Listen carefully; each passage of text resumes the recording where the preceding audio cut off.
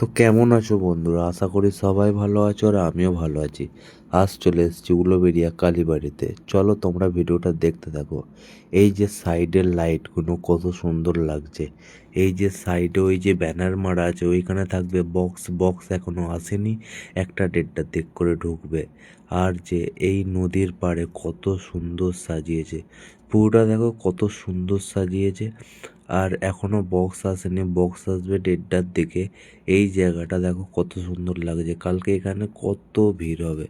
চলো তোমরা কমেন্ট করে জানাও আমাদের উলুবেড়িয়া কালীবাড়ির প্রতিমাটা কেমন হয়েছে।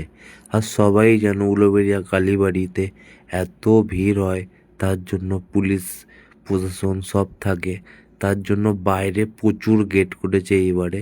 মিনিমাম সেই যে তোমরা হয়তো প্রায় লোকই জানো ভাইরাল পোল আছে, ওই পোল পর্যন্ত পুরো ব্যারিকেড করা আছে। চলো ভিডিওটা যদি ভালো লেগে থাকে ফলো করে দিও।